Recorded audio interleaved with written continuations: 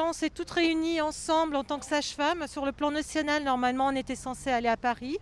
Nous, on se représente au niveau du CHU de Nîmes, mais on a aussi des collègues qui sont avec nous, qui sont en libéral ou qui travaillent dans le centre maternel. Nous ne sommes pas contentes pour notre profession. On se sent bafoué, méprisé au niveau de notre profession par rapport au dernier décret. Nous avons une profession où nous sommes médicales avant tout, mais nous n'avons pas le salaire qui représente cette profession médicale avec les responsabilités qui en découlent. Nous sommes responsables salariales et au niveau du recrutement. Si vous voulez, si on peut parler du CHU actuellement de Nîmes, on recherche 9 postes de sages-femmes qui ne sont pas actuellement pourvus. On a un manque d'attractivité. On recrute des sages-femmes contractuelles sur des grilles salariales de 2014.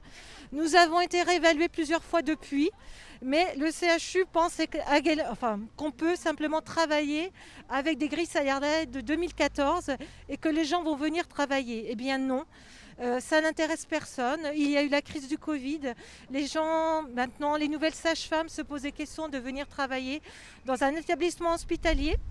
Le problème est au niveau national. On a un gros malaise au niveau de notre profession pour recruter au niveau de l'hôpital, au niveau des cliniques également. Les gens passent plus facilement en libéral. Et l'autre souci aussi que l'on a, c'est que souvent, au bout de 5 ans, il y a beaucoup de sages-femmes qui se réorientent. Sachant toute l'activité que nous avons, la responsabilité sur le suivi gynécologique, la salle d'accouchement, les réanimations nouveau-nés.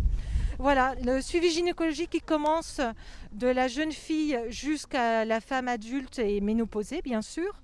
Et aussi, maintenant, on va pouvoir faire les IVG médicamenteuses, les IVG chirurgicales. Et tout ça, toute la fonction qu'on nous rajoute, il n'y a pas le salaire qui en découle derrière. Et là, c'est là d'où vient notre malaise.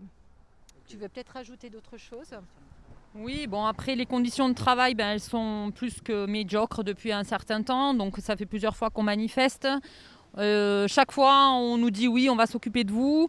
Il y a des décrets qui sont parus, il y a des choses qui ont été vraiment étudiées et qui ont vraiment mis en exergue toutes les difficultés qui se posent et qui actuellement font que nous sommes une profession où plus personne ne veut venir, tout simplement.